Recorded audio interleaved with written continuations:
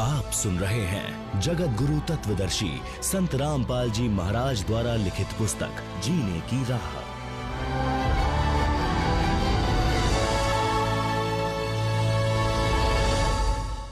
विवाह कैसे करें? जैसे श्री देवी दुर्गा जी ने अपने तीनों पुत्रों श्री ब्रह्मा जी, श्री विष्णु जी तथा श्री शिव जी का विवाह किया था। विवाह में व्यर्थ का खर्चा त्यागना पड़ेगा। जैसे बेटी के विवाह में बड़ी बारात का आना, दहेज देना, यह व्यर्थ परंपरा है, जिस कारण से बेटी परिवार पर भार मानी जाने लगी है और उसको गर्भ में ही मारने का सिलसिला शुरू है, जो माता पिता के लिए महापाप का कारण बनता है। बेटी देवी का स्वरूप है। हमारी कुपरंपराओं ने बेटी को दुश्मन बना दिया।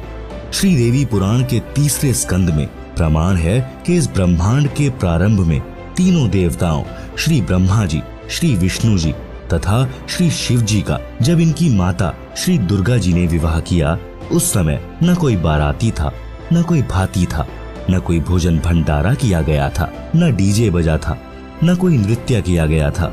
शंका समाधान। कुछ व्यक्ति कहते हैं कि पार्वती जी की मृत्यु हो गई थी। उस देवी का पुनर्जन्म राजा दक्ष के घर हुआ था। युवा होने पर देवी सती यानी पार्वती जी ने नारद के बताने के पश्चात श्री शिव जी को पति बनाने का दृढ़ संकल्प कर लिया और अपनी माता जी के माध्यम से अपनी इच्छा पिता दक्ष को बताई। तो राजा दक्ष ने कहा कि वह शिव जी मेरा दामाद बनने योग्य नहीं है, क्योंकि वह नग्न रहता है, केवल एक मृग छाल पर्दे पर बांधता है, शरीर पर राख लगाकर भांग के नशे में रहता है, सर्पों को साथ रखता है। ऐसे व्यक्ति से मैं अपनी बेटी का विवाह करके जगत में हंसी का पात्र नहीं बनूंगा। परंतु देवी पार्वती भी जिद की पक्की थी। उसने अपनी इच्छा श्री शिव जी के पास भिजवा दी और कहा कि मैं आपसे विवाह करना चाहती हूँ। राजा दक्ष ने पार्वती जी का विवाह किसी अन्य के साथ निश्चित कर रखा था। उसी दिन श्री शिव जी अपने साथ हजारों की संख्या में भूत प्रेत, भैरव तथा अपने गणों को लेकर विवाह मंडप पर पहुंच गए। राजा दक्ष के सैनिकों ने विरोध किया। शिव की सेना और दक्ष की सेना में युद्ध हुआ। पार्वती ने शिव जी को वरमाला पहना दी। पार्वती को बलपूर्वक लेकर श्री शिव जी कैलाश पर्वत पर अपने घर ले गए। कुछ व्यक्ति कहते हैं कि देखो, श्री शिव जी भी भव्य बारात लेकर पार्वती से विवाह करने आए थे, इसलिए बारात की परंपरा पुरातन है, इसलिए बारात बिना विवाह की शोभा नहीं होती। इसका उत्तर यह है कि यह विवाह नहीं था, यह तो प्रेम प्रसंग था। श्री शिव जी बारात नहीं सेना लाए थे, पार्वती को बलपूर्वक उठाकर ले जाने के लिए।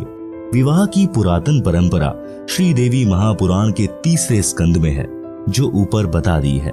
बेटियों तथा बेटों को चाहिए कि अपने माता पिता जी की इच्छा अनुसार विवाह करें। प्रेम विवाह महाक्लेश का कारण बन जाता है। जैसे भगवान शिव जी और पार्वती जी का किसी बात पर मनमुटाव हो गया। शिव जी ने पार्वती जी से पत्नी व्यवहार बंद कर दिया तथा बोलचाल भी बंद कर दी। पार्वती ने सोचा कि अब यह घर मेरे लिए नरक हो गया है, इसलिए कुछ दिन अपनी माँ के पास चली जाती हूँ। पार्वती जी अपने पिता दक्ष के घर मायके में चली गई। उस दिन राजा दक्ष ने एक हवन यज्ञ का आयोजन किया हुआ था। राजा दक्ष ने अपनी बेटी का सत्कार नहीं किया तथा कहा कि आज क्या लेने आई हो, देख लिया उसका प्रेम, चली जा घर से। पार्वती जी ने अपनी माता से श्री शिव जी के नाराज होने की कथा बता दी थी। माता ने अपने पति दक्ष को सब बताया था। पार्वती जी को अब न मायके में स्थान था न ससुराल में। प्रेम विवाह ने ऐसी गंभीर परिस्थिति उत्पन्न कर दी कि दक्ष पुत्री को आत्महत्या के अतिरिक्त कोई विकल्प नहीं देखा और राजा दक्ष के विशाल हवन कुंड में जलकर मर गई।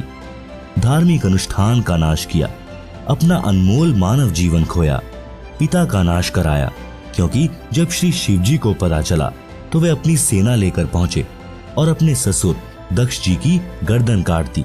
बाद में बकरे की गर्दन लगाकर जीवित किया। उस प्रेम विवाह ने कैसा घमासान मचाया। शिव सेना को बारात बताकर कुप्रथा को जन्म दिया गया है और यह प्रसंग प्रेम विवाह रूपी कुप्रथा का जनक है, जो समाज के नाश का कारण है। विवाह जो सुप्रथा से हुआ, वह आज तक सुखी जीवन जी रहे हैं। जैसे श्री ब्रह्मा जी तथा श्री विष्णु जी